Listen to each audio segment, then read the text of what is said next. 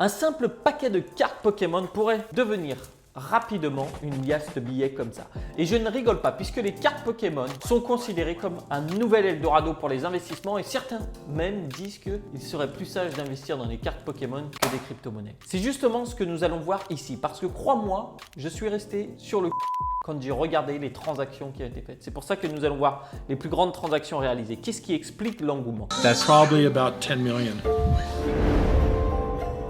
Qu'est-ce qui explique la rareté d'une carte Pokémon et qu'est-ce que tu dois faire toi avec cet investissement? Parce que c'est vrai, on se disait Pokémon c'est terminé et après l'histoire de Pokémon Go, on n'a plus trop entendu parler de Pokémon. Mais derrière, il y avait des collectionneurs qui continuaient à faire leur travail acharné de trouver, dénicher les meilleures cartes Pokémon. Et certains sont même allés jusqu'à faire des chaînes YouTube qui ont plusieurs centaines de milliers d'abonnés. Et même aujourd'hui, nous voyons de plus en plus les grands YouTubeurs qui ont des millions d'abonnés qui parlent des cartes Pokémon. Donc depuis janvier 2020, les cartes Pokémon, c'est devenu du sérieux.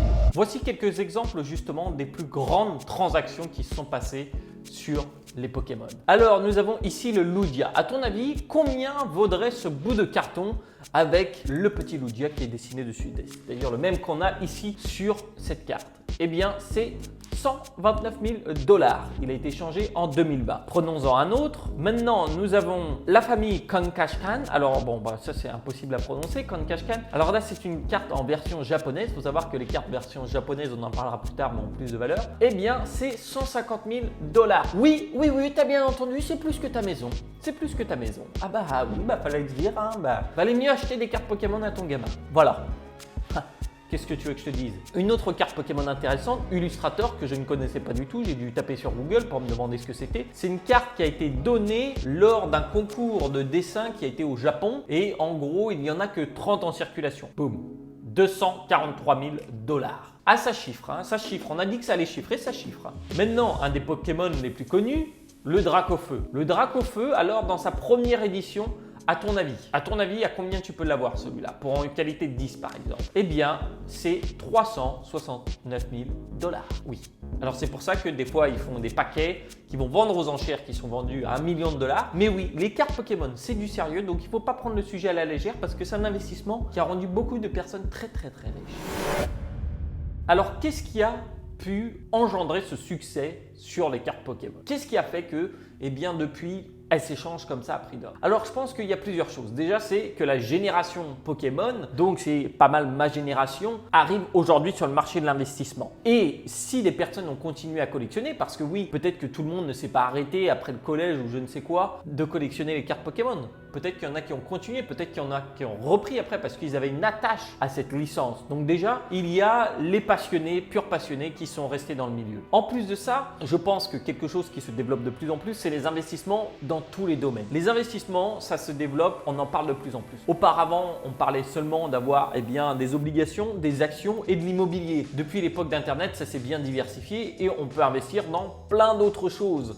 Et c'est pour ça que même les objets de collection, par exemple Gary Vaynerchuk, youtubeur américain très célèbre dans le milieu du business et des petits business de côté, eh bien lui faisait la collection des cartes de baseball. Ça correspond un petit peu plus à sa génération et déjà ça a été popularisé par ça, ça a été accepté. En plus de ça, il y a d'autres youtubeurs qui sont arrivés, donc ça c'est le deuxième facteur je pense, c'est les réseaux sociaux qui font que eh bien, nous parlons de nos passions et tous les passionnés peuvent se rassembler plus facilement. 20 ans en arrière, quand tu avais Internet qui n'était pas vraiment disponible, c'était très compliqué d'échanger des objets rares. Pourquoi? Parce qu'il fallait réussir à réunir toutes les personnes qui sont déjà moins, justement, c'est moins populaire pour collectionner ces objets-là. Et aujourd'hui, avec l'ère d'Internet, c'est très simple. Et justement, les youtubeurs qui ont commencé à en parler, nous avons par exemple Logan Paul aux États-Unis qui est un très gros youtubeur, si ce n'est un des plus gros, qui s'est mis à collectionner les cartes Pokémon, à faire des vidéos là-dessus. Donc forcément, ça démocratise. Nous avons du côté de l'hexagone français Michou. Alors une chaîne que je ne connaissais pas sur YouTube, j'ai dû vivre sous un caillou pendant un moment, mais je regardais et il fait des vidéos à ce sujet aussi. Et c'est des vidéos qui enregistrent plusieurs millions de vues. Donc ça veut dire que c'est quelque chose qui intéresse les personnes.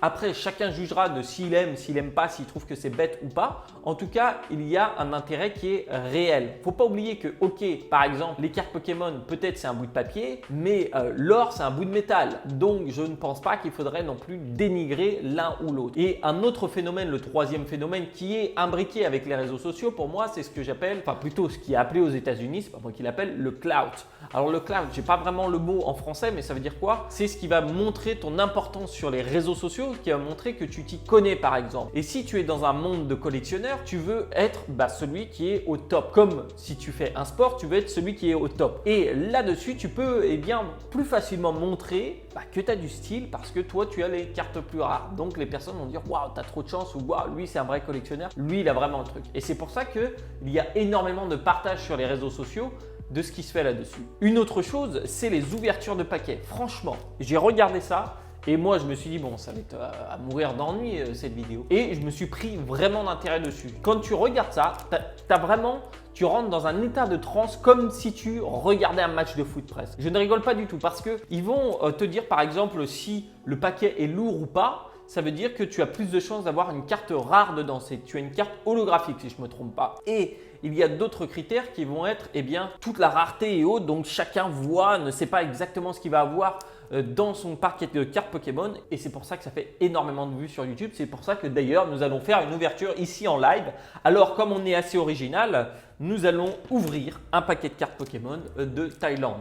Pourquoi? Parce qu'il n'y en avait pas en édition anglaise ici. Et nous allons mettre tout l'appareillage pour être professionnel. Nous enregistrons bien. Attention, j'espère que vous êtes prêts. Donc j'ouvre ce paquet. Alors faut que je fasse attention à ne pas le déchirer, pas abîmer les cartes. C'est déjà, ça commence mal. J'aurais peut-être utilisé une paire de ciseaux. Vous voyez que comme quoi, c'est un truc, il faut être professionnel.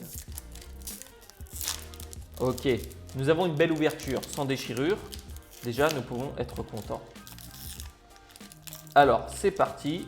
Qu'est-ce qu'on va avoir là-dedans? Et c'est vrai qu'à chaque fois que j'ouvrais un paquet de cartes Pokémon quand j'étais gamin, c'était un peu le loto quoi. C'était qu'est-ce que je vais avoir? Qu'est-ce que je vais avoir? Alors, je ne sais pas pourquoi, mais je sais qu'ils font ça, je crois. Ils mettent des cartes par-dessus les autres. Je n'ai pas trop compris pourquoi. Quelqu'un pourra m'expliquer en commentaire. C'est parti. Regardons ce que nous avons. Une énergie feuille. Nous avons un chenipan, pas un chenapan, je ne connais pas ce Pokémon. Nous avons un dresseur qui sert à rien. Nous avons un Pokémon que je ne connais pas encore, comme quoi je suis... Bon voilà, j'ai perdu 1,50 €, sauf si on me dira que j'ai quelque chose de rare et surtout que je ne sais pas si en Thaïlande c'est répandu, mais voilà. Comment cramer 1,50 €? Au moins, nous l'avons vu en vidéo. Qu'est-ce qui représente la valeur d'une carte? Comment c'est mesuré? Je me suis posé la question et au final, c'est assez simple. C'est en fonction de l'origine, de la demande pour la carte. Alors là, la demande pour la carte, il peut y avoir beaucoup de choses qui pourraient rentrer en compte, qui peut être la rareté, qui peut être aussi le fait de l'attache à un certain Pokémon. Par exemple, Dracofeu, que nous avons vu tout à l'heure, c'était le Pokémon un petit peu le plus puissant ou que tout le monde adorait, donc forcément il y aura plus de demandes dessus puisque même si c'est un investissement les cartes Pokémon, il y a de l'émotionnel qui rentre en jeu. Et enfin, il y a la notation. Alors là, c'est le grading aussi. C'est en fait, qu'est-ce que ça va être? On va noter la carte en fonction de son état de cette carte. Et c'est pour ça que par exemple, en immobilier, ça va être en fonction de la localisation de ton bien. Ensuite, pour les crypto-monnaies, ça va être la valeur du réseau. Pour les cartes Pokémon, ça va être l'état. Dans quel état elle est? Est-ce qu'elle est en bon état, en mauvais état ou autre? Et là-dessus, il y a vraiment une très grosse différence qui se fait. Avant de parler justement de l'état et de la différence que ça fait, je voudrais quand même qu'on se concentre un petit peu sur la demande. Parce que la demande, elle a énormément changé depuis que tout le monde en parle sur YouTube. Et c'est quelque chose de très important. Par exemple, ici sur ce site, ils ont fait une analyse pour voir si Logan Paul, du coup, avait créé une augmentation des prix. Si à cause de ces vidéos, grâce à ces vidéos, on le prendra comme on veut, l'intérêt est monté et ça a augmenté la valeur des cartes. Donc c'était un article assez intéressant. J'avoue que tous les graphiques n'étaient pas très clairement expliqués. Mais quand même, j'ai été surpris que sur ce site, justement, qui se concentre de parler des cartes Pokémon et des autres cartes à collectionner, il y a carrément une catégorie finance. Donc ce n'est pas que de la rigolade. Il y a vraiment des personnes qui vont pouvoir travailler à temps plein là-dessus et qui vont se concentrer concentré de faire ça uniquement. Et cette vague de nouveaux entrants a engendré des problèmes. Oui, parce que toutes les personnes qui ont vu sur YouTube et autres se sont dit bah vas-y, je vais acheter les cartes Pokémon direct. Et il y a une demande qui a été augmentée très fortement, rapidement. Ce qui fait que c'est en razzia dans plein de magasins. Et il y a même des magasins justement Target qui vendaient les cartes Pokémon qui a dit qu'ils allaient arrêter de vendre les cartes Pokémon parce qu'ils avaient des personnes qui attendaient dehors juste pour les acheter, pour les revendre juste après. Donc tu avais tous les rapias entre guillemets qui venaient, qui allaient acheter pour revendre directement. Ils se sont dit, ils ont arrêté. Moi, je me voyais directement venir avec une balance au truc, regarder si le paquet était lourd. Bon, moi je le prends, je le prends pas. Faire un petit partenariat avec un buraliste. Ah oui, je sais, c'est un peu poussé loin, mais bon, si tu te dis qu'il y a une valeur qui est grande derrière les cartes Pokémon, ne soyons pas naïfs, il y a bien des personnes qui vont le faire. Maintenant, un peu de sérieux et parlons de la notation des cartes. Comment c'est noté ces cartes? Eh bien, en fait, il y a des organismes de notation. Oui, comme les pays qui ont des notations pour leurs dettes et leur capacité à rembourser. Nous avons le PSA Card qui est bien plus populaire, on va dire, en outre-Europe, qui va noter les cartes. Donc ici, nous avons des cartes de baseball, nous avons une carte avec une fleur, je ne sais pas ce que c'est, ça doit être peut-être du Magic ou je ne sais quoi. Tu leur envoies, eux, ils vont noter, c'est un organisme professionnel qui est reconnu par les collectionneurs, qui fait que le prix de ta carte va naturellement énormément augmenté à partir du moment où tu l'as fait noter. Ici, nous avons PCA qui est lui plus populaire en Europe puisque par exemple ici j'ai Éclair et Rebondir, donc c'est bien la France qui fonctionne sur les cartes de collection. Alors justement, c'est drôle qu'ils disent First French and European Service. Alors peut-être que c'est un service qui est à la base français, je ne sais pas, qui permet de noter ces cartes Pokémon. D'ailleurs, on voit qu'il y a des ouvertures de scellés en fait, des paquets de cartes. Enfin plutôt les boîtes, donc ils appellent ça des displays, c'était en gros ce que tu voyais chez ton marchand de journaux, il avait cette boîte où il te vendait les paquets un par un. Eh bien il y a des personnes qui achètent les boîtes complètes de la première édition et là tu as des ouvertures de une trentaine de paquets en live, c'est justement ce que j'avais vu sur la vidéo de Michou, c'est juste hyper prenant, je dois l'avouer. Et donc ces organismes vont noter d'une note de 0 à 10. Si je ne me trompe pas, oui c'est ça, bien de 0 à 10 en fonction de l'état de la carte. Alors là on parle que de l'état physique. Si par exemple ta carte elle est cornée, eh bien elle va valoir moins. Si ta carte elle a d'autres choses, eh bien elle va valoir moins aussi. Donc là justement on a les coins, on a aussi l'impression parce que des fois les Japonais ils imprimaient, ils étaient un peu bourrés à la machine et du coup c'était pas bien fait ou il y avait des petits défauts de coupe. Donc ça aussi ça va faire des choses. Alors ce qui est intéressant c'est que par exemple un défaut de coupe fait perdre de la valeur à ta carte Pokémon. Mais si elle est imprimée de travers un petit peu, eh bien là elle gagne de la valeur. Je t'avoue que j'ai pas tout à fait compris pourquoi l'impression décalée avait plus de valeur, mais c'est peut-être parce qu'elle est plus rare cette erreur. Après bien sûr il y a l'authenticité, donc si tu as une fausse carte, c'est foutu. La rareté de la carte, alors ça c'est en fonction du nombre d'impressions qu'il y a eu de la carte. Par exemple la carte Illustrator qu'on a vu tout à l'heure, elle est à seulement 39 exemplaires dans le monde, donc c'est rien. Et les cartes qui sont plus rares, eh bien naturellement vont attirer plus de demandes et tu as la classe quand tu l'as. Un petit exemple comme quoi c'est dur d'avoir une carte qui est vraiment en parfait état et c'est là que la valeur, franchement, le prix peut être une différence de 4 à 5, donc x4 ou x5 entre un grade 9 et un grade 10. Le grade 10, c'est état parfait. Et là, c'est justement pour le Dracofeu. Dracofeu première édition. Tu vois, il n'y en a qu'une centaine, 120 en gros, qui sont en grade 10. Les autres ont beaucoup moins. Parce que bon, après, ça sert à rien. Si elle est en dessous de 5, ta carte elle est cornée et autres, tu peux payer pour la faire noter. Mais pour l'instant, ça n'a pas assez de valeur. Mais c'est pour ça que les Dracofeu s'échangent à plus de 100 000 $ là-dessus. Alors en conclusion, c'est vrai que c'est un investissement qui représente quelque chose d'intéressant. On ne va pas se le mentir, il y a beaucoup de choses dessus, on peut gagner de l'argent et on peut retrouver des cartes Pokémon que peut-être on avait bien gardées, ça fascine. Et d'un autre côté, peut-être que d'autres personnes disent que maintenant ça va amener sur d'autres secteurs comme Yu-Gi-Oh et Harry Potter. Alors moi je ne savais même pas qu'il y avait des cartes Harry Potter, j'étais le premier à l'apprendre en faisant les recherches, mais les cartes Yu-Gi-Oh ça pourrait le faire. Ceci dit, pour moi, avis personnel, Yu-Gi-Oh n'arrive pas à la cheville de Pokémon, je suis désolé. Je le disais déjà dans la cour de récré quand j'avais 12 ans, on se retrouve ici, c'est les cartes Pokémon qui valent de l'argent. Donc Yu-Gi-Oh, ça servait à rien de regarder ça. Ça servait à rien. De toute façon, son Drago à 3 têtes ou je sais plus quoi là, ça vaut rien face à un Dracofeu.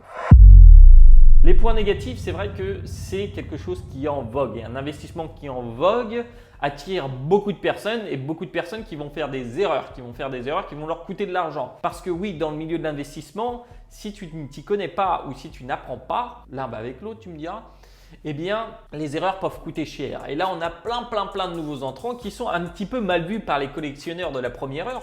Ceci dit, je ne pense pas tant que ça pour tout le monde parce que maintenant, tu peux revendre tes cartes à un prix plus cher qu'avant, donc ce n'est pas une mauvaise chose et peut-être que le marché baissera après. En tout cas, il y a des personnes qui sont convaincues que sur le long terme, eh bien, ça va être quelque chose de vraiment intéressant et avoir de plus en plus de valeur. À voir, je ne sais pas, l'avenir nous le dira. En tout cas, peut-être que demain, avoir des cartes Pokémon, ça sera un des trucs les plus importants. Alors peut-être que tu te dis encore, oui, non mais là, Antoine, ça ne veut rien dire, c'est n'importe quoi. Non mais on parle d'un bout de carton avec de l'imprimé. Faut pas oublier que l'art, les tableaux, c'est un peu la même chose. C'est vrai qu'ils sont faits aussi en petite quantité justement. Et là, c'est des objets à collectionner qui connectent les personnes et qui réveillent une partie de l'enfant qui est en eux, qui leur donne envie de un jour pouvoir se réveiller et se retrouver dans le monde de Pokémon, d'avoir des Pokéballs, d'être Sacha, d'aller voyager parce que c'est vrai qu'on ne peut plus voyager avec le Covid. Alors que tu installes Pokémon sur ta petite Game Boy, tu mets la disquette, tu peux voyager. À Bourg-Palette, tu vas partout, tu peux marcher dans les hautes herbes. Ça, c'est des choses que tu ne peux même plus faire aujourd'hui. Peut-être que c'est ça qui rappelle aussi. Peut-être que c'est ça, peut-être que c'est plein d'autres choses. En tout cas, ce qui est sûr, c'est que je pense que ça va durer. Il y avait les collectionneurs de timbres avant. Les collectionneurs de timbres existent toujours aujourd'hui. Donc, je vois bien les cartes Pokémon perdurer. Bien sûr, comme tous les investissements, ce que je conseille, c'est d'investir dans ce qu'on connaît. Si on ne connaît pas, il faut apprendre. Écoute, c'était Antoine de Rousseau les bons tuyaux. Dis-moi si toi, tu collectionnes des cartes Pokémon dans les commentaires. Je n'ai même pas demandé de mettre un pouce bleu lors de la vidéo. Donc, tous ceux qui sont restés jusqu'ici, je vous remercie d'avance pour votre pouce bleu. Vous êtes libre de le laisser. En tout cas, ce fut un véritable plaisir d'étudier ce sujet. Dites-moi si vous voulez en savoir plus dans les commentaires et peut-être qu'on fera venir quelqu'un pour un live sur les cartes Pokémon. Allez, à la prochaine. Ciao.